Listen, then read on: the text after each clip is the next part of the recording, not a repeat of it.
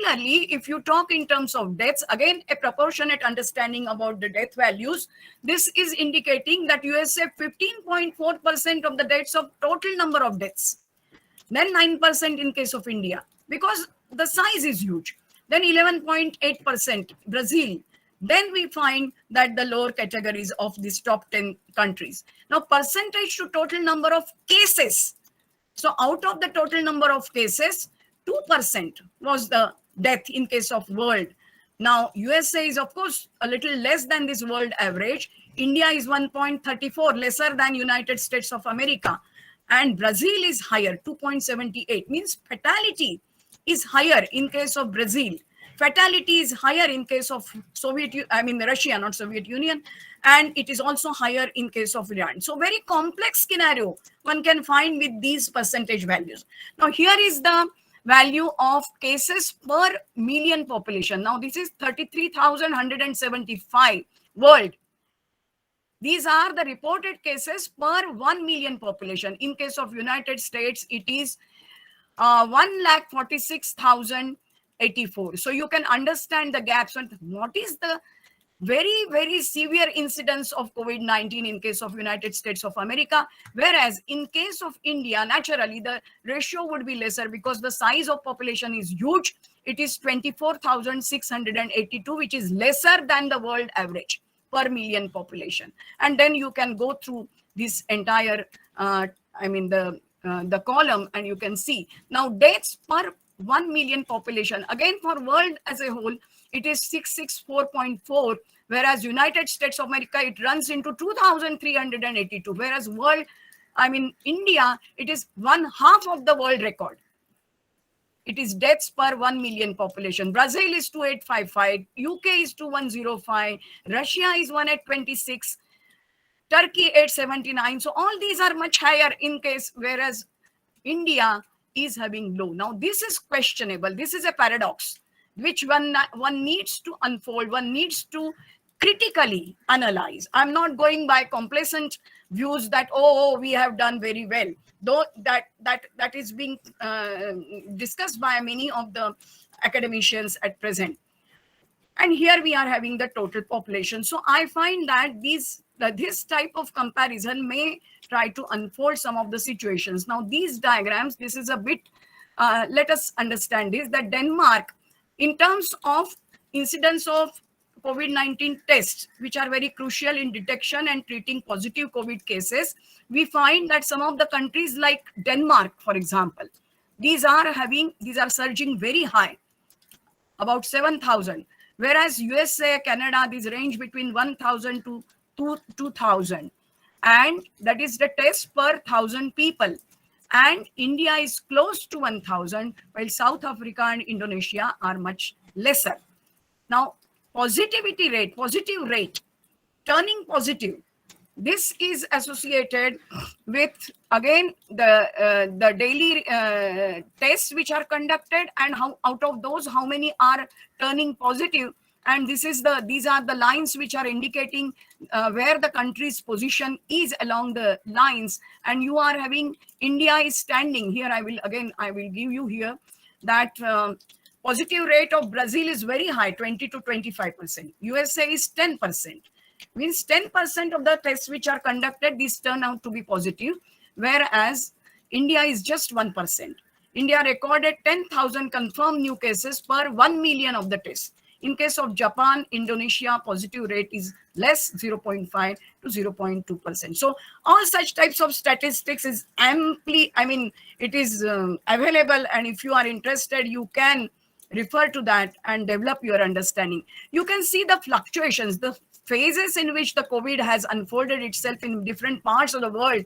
In India, we had bimodal, first wave and second wave. But in case of United States of America, in case of European countries, you had several peaks were rising and coming down, whereas Indian scenario was much, you can say, at a lower level. That is also another aspect which I would like to bring in front of you. Now, the vaccination.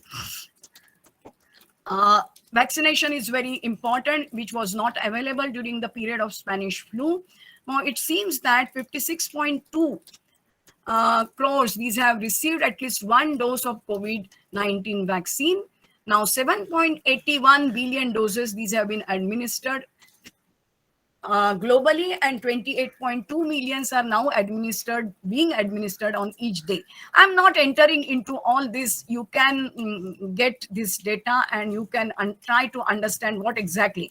In India, the total doses, the time when I tried to record, 119 crores of the people where at least one dose has been given. People who are fully vaccinated, 41.9 crores, etc. So vaccination is there, but vaccination is going to be an issue once we come to Omicron. Now here was the how it spread. There are some maps which are available, and it is indicating the density of occurrence in case of West European countries, similarly in China, the size and the occurrence of in different countries, then the spread in United States of America, South America, etc. But of course, this is one can say that this is a one-time scenario. Now, spread of virus, it has, why are, again, I'm bringing in space, that it has imposed physical distancing. All of us, we are compelled to remain away from each other, not to shake our hands, not to meet, not to greet. So many restrictions are there. Similarly, world economy has halted. Education has almost come to a standstill. I mean, you are all giving lectures. So students in schools, they are receiving some kind of education, but education has got, I mean, it's not education in that way. Only the wealthy people, they are able to have access to their smartphones and then various types of apps through which perhaps they are trying to get the education, supposedly.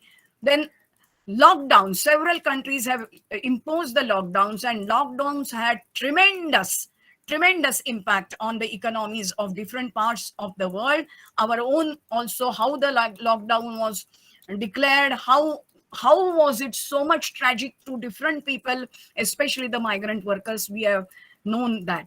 Now, here is the speciality of vaccination, that Cuba, Chile, UAE, they are recording more than 200 doses. World is slightly less than 100. India is about 80, Bangladesh, Pakistan about 50, and Nigeria is less than 5. So Nigeria is the country which was mentioned yesterday also in the news, that how Nigeria is lagging behind in terms of vaccination. Now here we find that vaccine doses are administered per 1,000 people. Again, Africa is showing a huge gap, and it is a matter of concern. But at the same time, it is indicating what is the spatial structure I'm talking about, the inequality in the development, inequality in social well-being levels. This is getting depicted through these patterns. Let's go to the next. Now, what happened to world economy? We find that who were the agents, corporate houses, then the industries, then the services like education, trade, business, etc.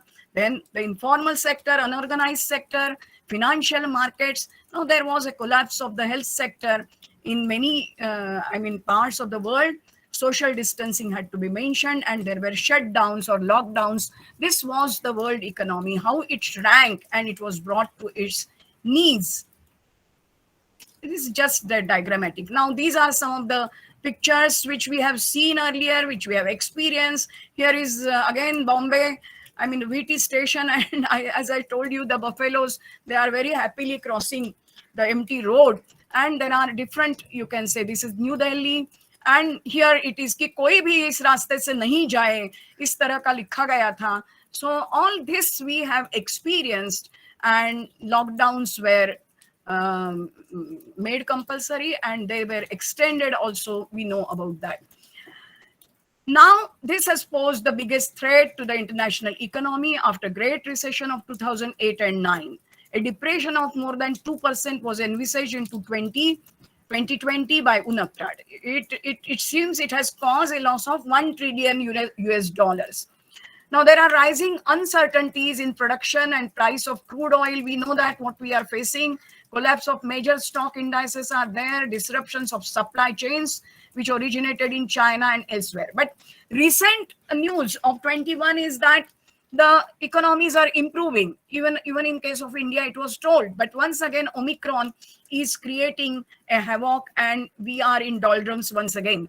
Implications of physical distancing, these were having a differential impact on different sectors. So IT sector could huddle in the respective domestic spaces and could continue, but the other sectors, they have faced miserably. They have failed, they have experienced losses miserably. Similarly, region wise, I mean, I have not gone into the regional analysis of India for that matter, but it would be very interesting to understand how there were success stories. There was a success story of Rajasthan, there was a success story of, let us say, Kerala, but later on there were issues which were coming up and the problems arose. So regions, different countries, people, their social identities, gender, age, all of this, the way these aspects are situated in a social space will have its repercussions. It will show and it will help us in understanding the actual repercussions of the COVID-19 pandemic.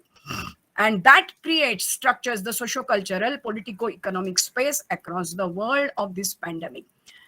Thank you.